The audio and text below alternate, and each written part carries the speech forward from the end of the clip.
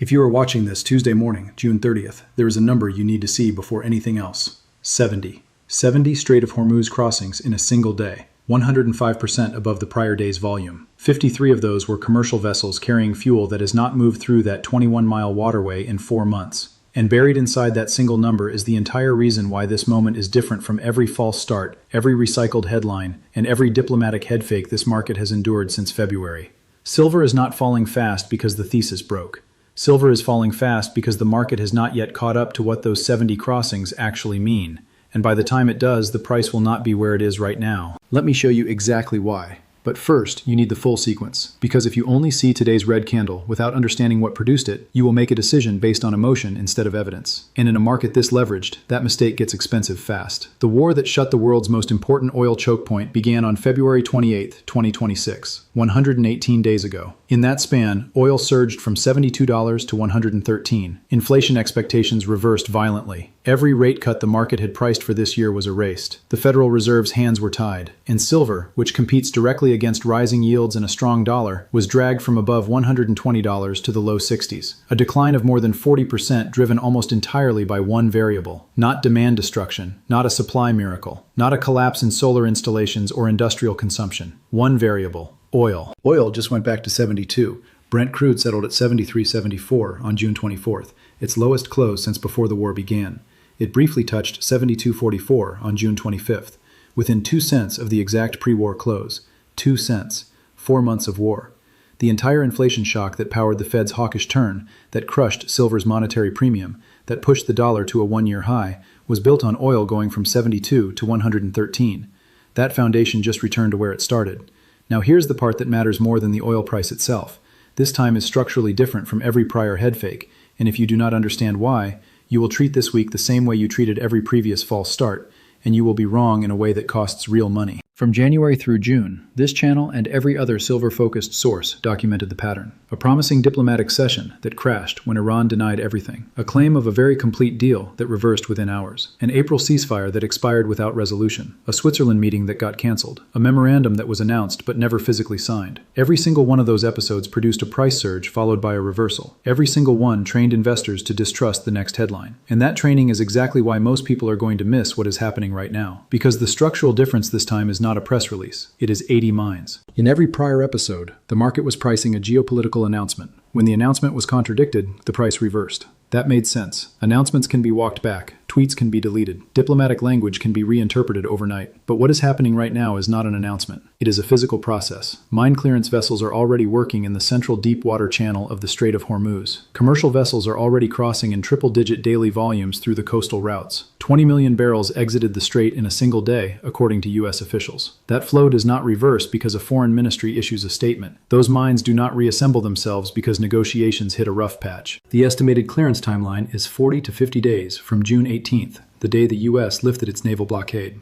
That puts the full deepwater channel reopening between late July and early August. During that window, the largest tankers in the world, the VLCCs that carry the majority of global crude volume, cannot yet transit. They need the deepwater channel that is still being cleared. The 70 crossings on June 24th were coastal route traffic. Significant, but not the full picture. When the central channel opens and VLCC supertanker traffic resumes, oil has another leg lower. Not because of sentiment, because of physics. Because the largest volume carriers re-enter a strait that has been restricted to smaller vessels for 4 months. That second leg of oil decline is what drives the second phase of this entire sequence. And that sequence runs directly through silver. Here is the chain, and every link matters. Oil normalizes. The energy component of inflation, which drove more than 60% of the recent headline CPI gain, begins fading. The Federal Reserve's stated justification for its hawkish posture, which was built almost entirely on war-driven energy inflation, starts losing its foundation with each subsequent data print. Rate hike probability, currently sitting near 73% for September, begins retreating. Yields soften. The dollar eases. And silver, which has been suppressed for 4 months by the exact reverse of this chain, starts repricing both its monetary premium and its industrial premium simultaneously. That is not an additive event, it is multiplicative. Because silver is not just a precious metal, it is also an industrial metal. When the conditions that suppress both roles reverse at the same time, both premiums return at the same time. That is why silver moved nearly 5% intraday on the deal announcement alone, while gold moved less. 2 engines firing simultaneously in the same session. That is silver's dual identity working in reverse after months of working against it. Now let me be honest about what is not yet resolved, because skipping this part would make the analysis incomplete, and you deserve better than that. The Central Deepwater Channel remains closed, with approximately 80 mines still to clear. A cargo vessel was struck off Oman by what U.S. officials described as Iranian fire. The International Maritime Organization paused its seafarer evacuation framework after that incident. Brent bounced more than 2% from its near pre-war low as a direct result.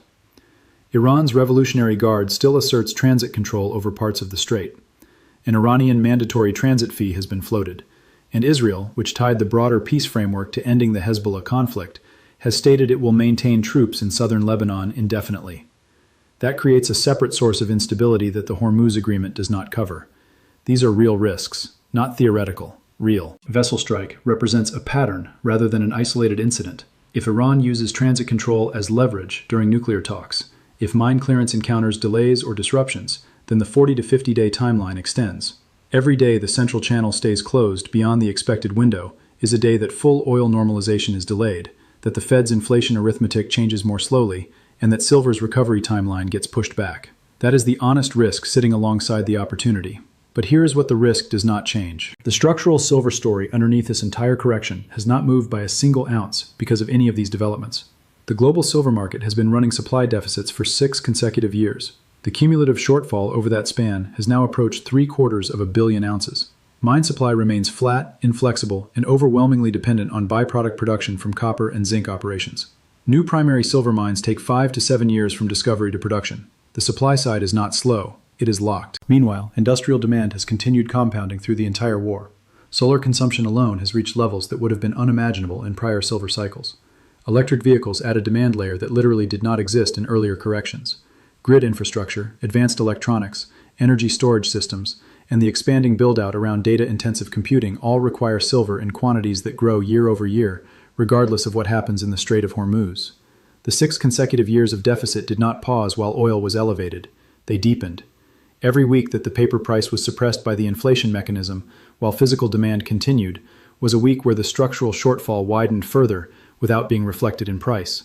That is 118 days of additional deficit that the current price has not yet absorbed. And that is what makes this moment fundamentally different from a simple bounce on a peace headline. This is not sentiment driving the recovery thesis. It is ships, counted, tracked, documented, 70 in a single day, with mine clearance vessels already working on the timeline that determines when the largest tankers rejoin the flow, with oil already back within 2 cents of its pre-war level on coastal traffic alone before a single VLCC has crossed.